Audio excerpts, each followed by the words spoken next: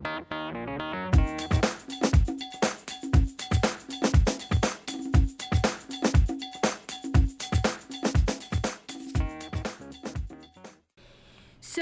I think we'll transition now to the next theme, and this is, I think, a really exciting one: sexual motivation and desire. And I'd like to see what slide they came up with for this. Wow. So when we talked about this on the phone, what is desire? There was the biology, testosterone, and there was the conceptual model, and then there was just really the erotic edge of this. And so I'd really like to hear what our panelists have to say. So why don't we start with Pepper? Sticking just to what is desire?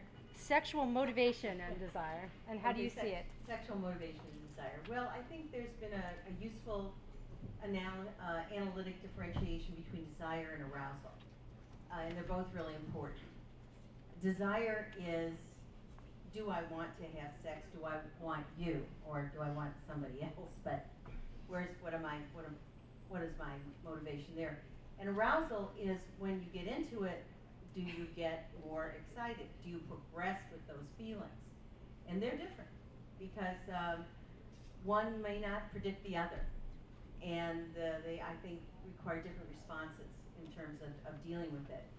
I find desire often very much social psychological. I know that there are all kinds of medical issues involved in it, so I will certainly leave that to my colleagues here at the table in terms of some of the biology of it. But in terms of my own research, having interviewed hundreds of women about their sexuality, maybe thousands at this point, the things that I see are often either abuse in the background, which is the one that is often the stickiest, the hardest for someone to get over, some kind of sexual abuse. Anger in general at their partner or past partners. Weight. I think weight, we talked about obesity yesterday, and all I kept thinking about is how much weight gets in the way of desire and then the way of arousal, because women feel so bad about their bodies. I think boredom. I have the wonderful, best quote I ever heard was from a psychologist many years ago, Terry Tafoya, who said that the reason that a lot of women fake orgasm is that a lot of men fake foreplay. I think you can't say enough about lack of technique or ability and understanding of what their partner's arousal mechanisms are. And I think also in the same sense that a lot of people have limited emotional sensitivity, so that the last thing their partner does is relate to them sexually because the emotional groundwork is so invalid. So I think that so much of that is involved in female sexuality. Many of you may have seen the drawing of male and female, the photograph of male and female sexuality. If not, it's great, it's on the internet. And the one of male sexuality, and this isn't fair to men, but is a light switch, on, off. And the one of female sexuality looks like an airplane cockpit. you know, whistles and levers and lights, and you look there and you go like, I don't know how to make this plane fly. So I'm not blaming men.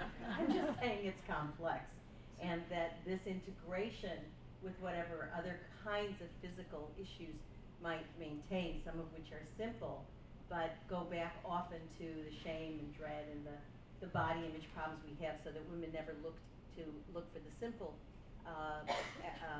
simple application that would recreate desire or enhance arousal. And I'll make one very specific example of that is lubrication.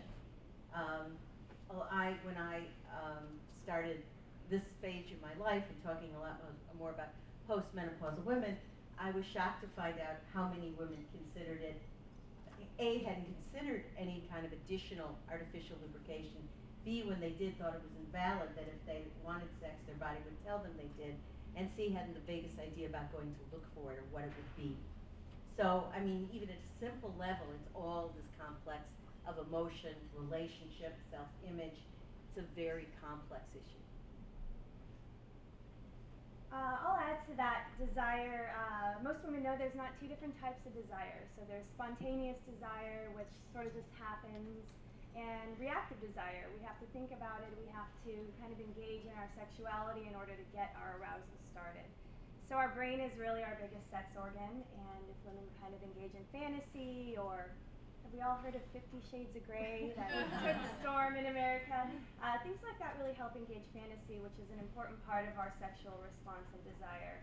And most women will say, I'm just sort of waiting for desire to happen and fall out of the sky in a pretty little box, but we have to really work towards engaging it. And uneven desire is a natural part of relationships. There's always going to be a low desire and a high desire partner. It's not always the woman. But knowing that that's sort of a fact of the dynamic of relationships and knowing that that's okay. Creativity is also a big part of our desire. Pepper said boredom, that's a huge part of women's concerns, is we do the same thing. It's always at the end of the day when I'm tired and we don't have any spontaneity or creativity in our relationships. So making sex fun, making it about pleasure and play, and engaging primal intimacy needs, which are touch, kissing, eye contact, some of the first things to go in the relationship, long-term relationships. And also knowing that passionate love doesn't last forever, 18 months. So after 18 months, we move into a different part of love, companionate love, and we have to work towards engaging passion and desire in our relationships.